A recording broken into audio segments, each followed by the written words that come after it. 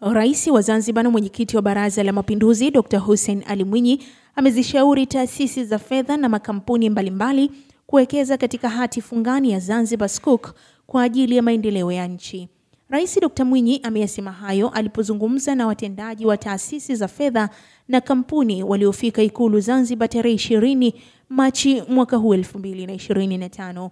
Aidha, Rais Dr. Mwinyi amezihakikishia taasisi hizo kuwa Zanzibar Sukuk ni salama na sahihi kuwekeza na kuwaomba kuunga mkono juhudi za serikali.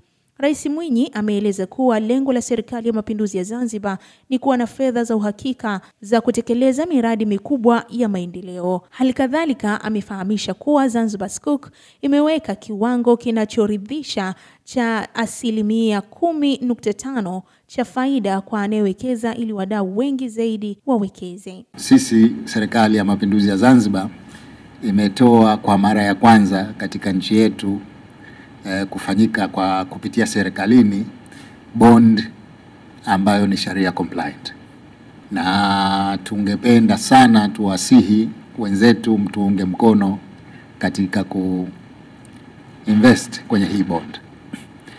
Na wakati tunafanya hesabu za yield ya hii bond, tuliona ukilinganisha na wenzetu bondi zao tulikwenda above ya kwao by then. Maana wao 7 years walikuwa around 9%, sisi tulikwenda 10.5 makusudi ili tuweze kuattract watu kuweka fedha zao. Lakini kama sote tunavyojua, kikubwa zaidi kwenye bondi hii ni kwa wale ambao wanataka kuweka fedha zao katika mfumo wa sharia compliant. Kwa hiyo mabenki yote yenye Islamic window, najua kuna CRDB, najua kuna NBC, kuna NMB, kuna KCB, wote wana Islamic window. Na kama lile uzoefu wetu sisi wa PBZ Islamic window kukosa sehemu za kuwekeza ina apply huko, maana yake hapa sasa sisi tumekuja na sehemu ya kuwekeza. Islamic banks hizi zote lazima wawekeze kwenye sharia compliant investments. Sasa kwetu hapa mara nyingine inakuwa kuna shida ya kuzipata. Hii sisi tumekuja na solution katika hilo. Kwa hiyo tungependa zile fedha zote zilizokuwa accumulated over all these years kukosa sehemu, here you are. Kuna sehemu ambayo ni nzuri kuwekeza kwa rate ambayo ni nzuri kabisa ukilinganisha na market rate at the moment. Kwa hiyo tunawaomba sana mtusaidie kuwekeza huko. Kampuni binafsi ambazo zingependa kuparticipate kwenye sharia compliant investments, hii ya kwetu ina offer that opportunity. Chukue fursa hii kwa wale ambao tayari wameshawekeza, ni washukuru sana.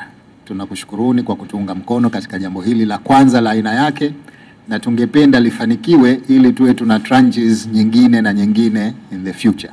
Lengo la serikali ni kuweza kupata resources ya kuinvest katika infrastructure projects zetu ambazo ziko nyingi, ziko nzuri kabisa, na kwa kweli tumejipanga vizuri sana katika kulipa. Huko hakuna shaka kabisa. Kwa hiyo msiwe na wasiwasi kwenye masuala ya ulipaji, kwa sababu tumejipanga vizuri, we know kwamba hakutokuwa na shida yoyote upande huo. Kwa hivyo ni waombe kwa wale ambao wameshawekeza waangalie uwezekano wa kuongeza, na wale ambao hawajawekeza basi ni waombe kwamba wafikirie kuwekeza, na deadline yetu ni tarehe 11 April.